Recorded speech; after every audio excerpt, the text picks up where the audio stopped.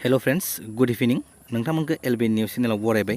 नोंथांमोननि गेजेराव जों मोननैसो फिसा आपडेट लाना फैलायबाय बे आपडेटआनो जाहैबाय दिनै नाम्बार 1आव दं मडेलिंनि सायाव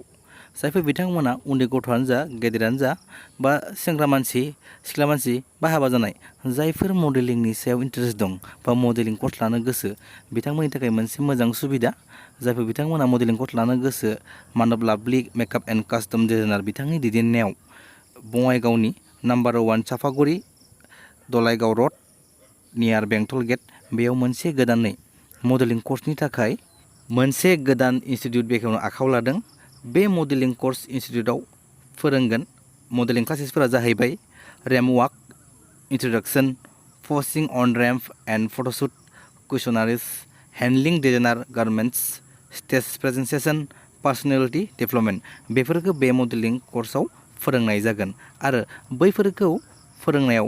डिरेक्शन होगोन रैफेन ब्रह्म आरो फेशननि करियोग्राफारा जाहैगोन मानब लाभलि ब्रह्म नोंथांमोना जायफोर बिथांमोना बे मडेलिं कर्सखौ लानो गोसो बिथांमोना डकुमेन्ट्स हिसाबै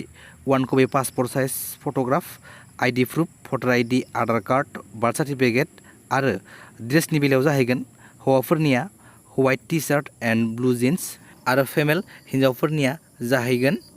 white tank top blue jeans mini shirts stiletto heels बेफोर ड्रेसफोरखौ हौवाफोरानो जा हिन्जावफोरानो जा जाखिनि मख'बाय बेखिनिखौ बिथांमोना लानांगोन आरो बे मडेलिं कर्सआव एडमिशन फिस हिसाबै दं 3000 आरो पर मान्थ 1000 करै होनांगोन आरो क्लासनि टाइमा जाहैगोन 8 AM टु 10 AM माने फुंनि 10 बाजिनिफ्राय फुंनि 10 बाजिसिम जाय बिथांमोना बे कर्सखौ लानो गोसो गुदुं बिथांमोना जोंनि स्क्रिनाव होनाय नाम्बाराव कन्टेक्ट खालामनानै सोंहरनो हागोन आरो एडमिशन लाहैनो हागोन आरो जोंनि बे डिसक्रिप्शनाव बेफोर कन्टेक्ट नाम्बारखौ होनाय थागोन नोंथांमोना डिसक्रिप्शननि गेजेरजोंबो नाम्बारखौ लानानै बिथांमोनाव सोंहरनो हागोन